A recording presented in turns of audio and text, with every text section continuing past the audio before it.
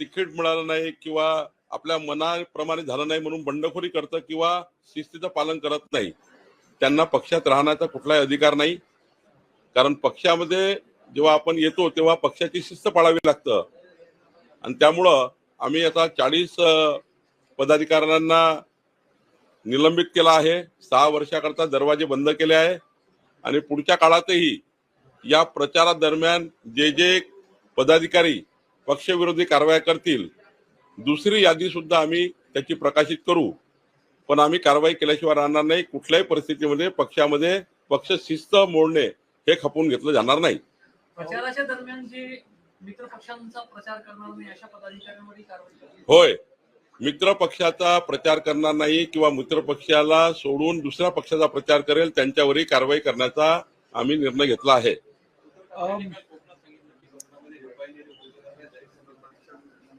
त्यांचा एकमेव अजेंडा आहे की जो जो प्रकल्प येईल त्याला विरोध करणे. आणि उद्धव ठाकरेंचा हा अजेंडा नेहमीच राहिला आहे की जो जो येईल त्याला विरोध करणे, जो जो येईल त्याला प्रकल्पाला विरोध करणे आणि प्रकल्पाचा विरोध करून त्या ठिकाणी महाराष्ट्राचं नुकसान करणे हे पहिल्यापासूनच उद्धव ठाकरेंचा पिंड राहिला आहे. 165च्या वर असे शहरी नक्षलवादी विचारांच्या पद्धतीने म्हणजे जनतेच्या मनामध्ये देशाबद्दल समाजाबद्दल द्वेष निर्माण करणे आणि समाजाचं वातावरण गढूळ करणे, समाजाला त्या ठिकाणी बिघडवण्याचं काम करणे असा शहरी नक्षलवाद मोठ्या प्रमाणावर तयार करण्यात आला. 160च्या वर अनेक संघटना या ठिकाणी कामाला लागल्या. आणि आताही राहुल गांधी जे येत आहे ते बंद दार आड चर्चा का करतायत, त्यांना मीडिया का नको आहे. एकीकडे संविधान बचावाच्या गोष्टी करायच्या आणि संविधानाने मीडियाला दिलेलं स्वातंत्र्यावर गळा घोटायचा, हे जे काँग्रेसचं या ठिकाणी संविधान विरोधी काम चालू आहे यावर त्या ठिकाणी खरं मीडियाने विचार केला पाहिजे, देशाने विचार केला पाहिजे की नेमकं बंद आड चर्चा करून राहुल गांधीला त्या ठिकाणी सामाजिक वातावरण बिघडवायचं आहे, पुन्हा एकदा खोटारडेपणा करायचा आहे, पुन्हा जनतेच्या मनात त्या ठिकाणी संभ्रम निर्माण करायचे आहेत आणि जनतेला संविधानाबद्दलच्या मूलभूत ज्या बाबी आहेत त्यातून दूर नेण्याचं काम राहुल गांधी करतायत. आणि खरं तर राहुल गांधींना करायचा अधिकार नाही, कारण राहुल गांधी स्वतःच बोलले की या देशामध्ये आता आरक्षणाची गरज नाही. म्हणजे महामानव डॉक्टर बाबासाहेब आंबेडकरांनी दिलेलं संविधान हे 80 वेळा तोडण्याचं काम काँग्रेस पार्टीने केलं. महामानव डॉक्टर बाबासाहेब आंबेडकरांना 2दा लोकसभेत पराभूत काँग्रेस पार्टीने केलं. डॉक्टर बाबासाहेब आंबेडकरांच्या विचारावर कधी काँग्रेस पार्टी चालली नाही. खरं तर राहुल गांधी हे डॉक्टर बाबासाहेब आंबेडकरी विरोधी विचाराचे आहे. आणि त्यामुळं राहुल गांधी जे संविधानाचं ढोंग करतायत, संविधान बचावचं ढोंग करताय, यातून आपल्याला खरा या राहुल गांधीला आता जसं हरियाणामधनं हाकलून लावलं लोकांनी, हरियाणामधनं राहुल गांधीला हाकलून लावलं, आता मताच्या माध्यमातून हरियाणाने त्यांना धडा शिकवला. महाराष्ट्राची जनता सुद्धा राहुल गांधींना त्यांच्या नौटंकीला, त्यांच्या विकृत मानसिकतेला धडा शिकवल्याशिवाय राहणार नाही. राहुल गांधी याकरता आले आहे की शहरी नक्षलवादाला त्या ठिकाणी सपोर्ट करणे आणि समाजामध्ये एक त्या अशी व्यवस्था उभी करणे की देशविरोधी कारवाया करतील, राज्यविरोधी राष्ट्रविरोधी कारवाया करतील अशा लोकांना सपोर्ट करण्याकरता, अशा लोकांचं काउन्सिलिंग करण्याकरता राहुल गांधी आले आहे. कारण ते विदेशातनं जेव्हा येतात तेव्हा विदेशी वृत्तीचे होतात, विदेशी ब्लड घेऊन येतात आणि विदेशी विचार करून आणि तो विचार मग या शहरी नक्षलवादासमोर मांडतात आणि बंद दार आड चर्चा करतात. माझा त्या ठिकाणी खुला आव्हान आहे, जर काही राहुल गांधींनी चर्चा करायची असेल तर स्वातंत्र्य असलेल्या म्हणजे या देशाच्या महत्वाचा स्तंभ मीडिया, या देशाचा महत्वाचा संविधानाने दिलेला अधिकार मीडियाचा, त्या मीडियाला तुम्ही का अलाव करत नाही, त्या मीडियाला तुम्ही आतमध्ये का येऊ देत नाही. अशी कुठली कॉन्फिडेन्शियल गोष्ट आहे तुम्हाला अशा 160च्या वर नक्षली जे शहरी नक्षलवादाशी बोलायचं आहे, कुठल्या कॉन्फिडेन्शियल विषयावर तुम्ही बोलताय, जनतेसमोर तुम्ही का येत नाही, तुम्ही मीडियाच्या समोर येऊन जनतेला का कळू देत नाही, तुम्ही 140 कोटी भारतीयाला तुमची वृत्ती का कळू देत नाही. माझा आक्षेप आहे राहुल गांधीच्या बंद आड चर्चेवर. त्यांनी तातडीनं खुली चर्चा केली पाहिजे, मीडियाला स्वातंत्र्य दिलं पाहिजे, मीडिया समोर त्या ठिकाणी चर्चा केली पाहिजे. असं आहे, शरद पवार साहेबाबद्दल बोलणे काही मी योग्य नाही, पण यापूर्वी त्यांनी असे खूप प्रयत्न केले आहेत.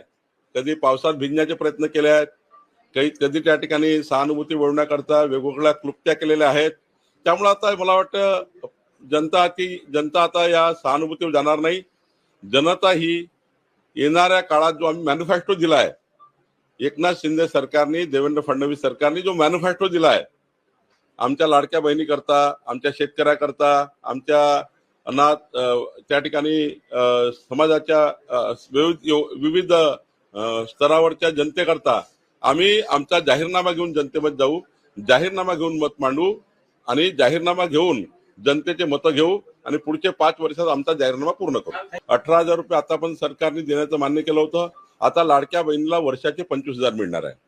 आमच्या अपंग, निराधार, निराश्रित, आमच्या विधवा, घटस्फोटित, निराधार महिलांना 2100 रुपये मिळणार आहे. म्हणजे 2100 रुपये महिना म्हणजे त्याचेही जवळपास 25,000 रुपये होतात. त्यामुळं या समाजाला, ज्याला खऱ्या अर्थाने सरकारची गरज आहे, सरकार म्हणून त्यांच्या पाठीशी उभं राहण्याची गरज आहे, अशा 10 योजना माननीय एकनाथ शिंदेजींनी येणाऱ्या मॅन्युफॅक्चरमध्ये देण्याचा प्रयत्न केला आहे. अत्यंत महत्वाचे घोषणा माननीय एकनाथ शिंदेजींनी केल्या आहे आणि या घोषणावर आम्ही काम करू आणि समाजाच्या शेवटच्या वर्गापर्यंत हा मॅन्युफॅक्चर, हा जाहीरनामा घेऊन जाऊ. आणि मला विश्वास आहे की जनता ही येणाऱ्या आमच्या जाहीरनाम्यावर मत देईल आणि आम्हाला त्या ठिकाणी आमचं सरकार आणेल. की राज साहेबांनी त्यांचं मत मांडलं आहे, पण आम्हाला हे माहिती आहे की मागच्या 10 वर्षापूर्वीचा जर गुगल मॅपिंग केलं विदर्भाचं, 10 वर्षापूर्वीचा विदर्भ आणि आजचा विदर्भ, तुम्ही सुद्धा मीडियाचे प्रतिनिधी गावागावात फिरता, तुम्ही सुद्धा महामार्ग बघता, तुम्ही सुद्धा इरिगेशन बघता, तुम्ही सुद्धा विविध समाजाच्या घटकाचा विकास बघता, आज उपराजधानीचं शहर म्हणून बघता, किंवा यवतमाळ असेल, अमरावती असेल, या भागातल्या शेतकरी शेतमजुराबद्दलच्या आम्ही केलेल्या योजना बघता. तर मला वाटतं की काँग्रेसचे 45 वर्ष आणि आमचे 10 वर्ष यामध्ये तुम्हाला खूप मोठा फर्क दिसेल. देखिए, राहुल गांधी को पहले तो उन्होंने जो बयान दिया है, इस देश में आरक्षण की जरूरत नहीं है, उसके बारे में खुलासा करना चाहिए. दूसरा, राहुल गांधी ने मीडिया को बंदी कर दी है. आज उन्होंने जो संगठनाएं बुलाई है वो अर्बन नक्सलाइट करके विचारों के लिए काम करती है. राहुल गांधी ऐसे लोगों से बात करने वाले हैं कि जो देश में और समाज में पॉइजन तैयार करते हैं. और राहुल गांधी को मेरा खुला चैलेंज है कि आप मीडिया को अलाउ करिए. संविधान से मीडिया को जिस प्रकार से एक स्तंभ कहा है, सवेरे से लेके ये महाविकास आघाड़ी वाले इतने मीडिया का फायदा लेते हैं, फिर राहुल गांधी मीडिया को क्यों नहीं आना चाहते? उनका बातचीत मीडिया के सामने क्यों नहीं हो रही है? हमारे मोदी जी आते हैं तो मीडिया के सामने बात करते हैं, हमारे सारे नेता मीडिया के बात करते हैं. ऐसी क्या बात है कि राहुल गांधी मीडिया के सामने नहीं करना चाहते हैं? तो मुझे लगता है संविधान को तोड़ने का काम कांग्रेस पार्टी ने किया है. इस देश में 80 बार संविधान तोड़ा गया है. महामानव डॉक्टर बाबा साहेब आम्बेडकर को 2 बार हराने का काम कांग्रेस पार्टी ने किया है. पंडित जवाहरलाल नेहरू से लेके राजीव गांधी से लेके राहुल गांधी ने सबने बाबा साहब का विरोध किया है और यहाँ पर नौटंकी करने के लिए वो आए हैं, वोट मांगने के लिए आए हैं.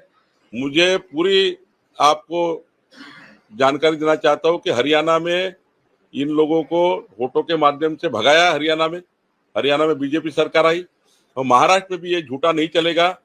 लोकसभा में इन्होंने बहुत झूठ बोला है, संविधान के नाम पे वोट लिए हैं, संविधान लेकर उन्होंने जनता को गुमराह किया है. लेकिन अभी आने वाले चुनाव में झूठा चलेगा नहीं, सही होगा, जनता सही करेगी और जनता राहुल गांधी को लथाड़ेगी और भारतीय जनता पार्टी को चुन के देगी, महायुति को चुन के देगी. संजय राऊतांना पहिले समजून घेतलं पाहिजे की उद्धव ठाकरेंना मुख्यमंत्री न होऊ देण्याकरता पहिला तर रोडा शरद पवार साहेबांनी टाकलाय.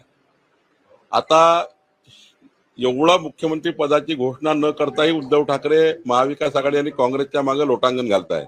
तरी जर संजय राऊत शरद पवार साहेबांच्या इतक्या गुडबुक मध्ये आहे तर मला याचा अर्थ समजून घ्या की संजय राऊत हे कुणाचे प्रवक्ते आहेत? ते उद्धव ठाकरेचे प्रवक्ते आहे की शरद पवार साहेबांचे प्रवक्ते आहे? त्यांचं मुख्यमंत्री पद काढलं म्हणजे उद्धव ठाकरेंना मुख्यमंत्री करणार नाहीये शरद पवार साहेब, ते सुप्रियाताईंना करणार आहे. आणि मग सुप्रियाताईला मुख्यमंत्री करत असताना एवढं मोठं मुख्यमंत्री पद काढल्यावरही जर ते संजय राऊत त्यांची पैरवी करताय याचा अर्थ ते कुणाचे व्यक्ती आहे समजून घ्या. तो झारखंड वालों को मालूम है ये झूठ बोलने वाले हैं. झारखंड में भी इनको लथाड़ने वाले हैं. झारखंड में जो मैनिफेस्टो कांग्रेस ने दिया है वो झूठा है, क्योंकि कर्नाटक में दिया था.